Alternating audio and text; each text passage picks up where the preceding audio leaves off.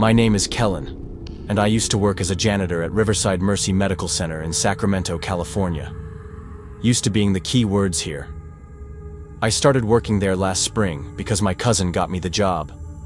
The pay was decent, and I figured cleaning wasn't too hard, right? Wrong. Hospitals are gross in ways you can't imagine. But that's not why I quit. The thing about being a janitor is you go everywhere. Every room, every closet, every weird corner that nobody else sees.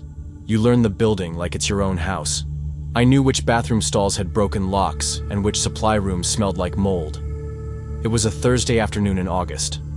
I was mopping the pediatric ward when I noticed this kid in room 237. He was maybe 8 years old, pale as paper, just staring out the window. Nothing weird about that. Sick kids do that all the time. But when I walked past his room again 30 minutes later with my cart, he was in the exact same position, same angle, same blank stare. I asked Linda, one of the nurses, about the kid. She looked at me funny and said room 237 had been empty all week. The patient got discharged Monday. I thought maybe she mixed up the room numbers, you know? Nurses are busy and shit happens. But the next day, Friday, I saw him again. Same kid, same position by the window. I even waved at him this time. He didn't wave back, just kept staring outside like he was watching something important. This time I checked the patient board myself. Room 237 was listed as vacant and cleaned. But there he was, clear as day. Wearing those blue hospital pajamas and sitting in the chair by the window. I decided to knock on the door. My hands were shaking a little, which was stupid because it was just a kid, right? I pushed the door open and said hello. The room was completely empty. No kid, no chair by the window, nothing. Just an unmade bed and that weird hospital smell. The really fucked up part was when I looked out the window to see what he might have been staring at.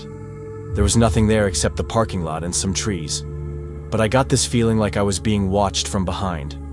When I turned around, the room was still empty, but the bed sheets were different. They were pulled up neat and tidy, like housekeeping had just finished. Monday came and I saw him again. This time I was ready. I brought my phone to take a picture, but when I held it up, the screen just showed static. Not black, not broken, just gray, fuzzy static like an old TV.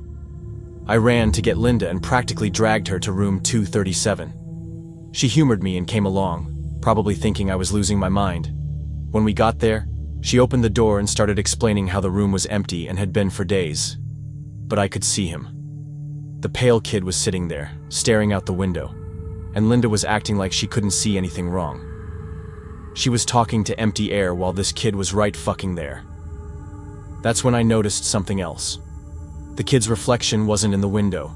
The afternoon sun was hitting the glass perfectly, and I could see my reflection and Linda's reflection. But where the kid was sitting there was just nothing. I quit that day.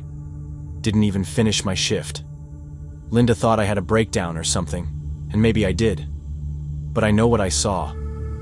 I drove home, and my hands were shaking so bad I could barely hold the steering wheel. Sometimes I wonder if other people saw him too, but just didn't want to say anything.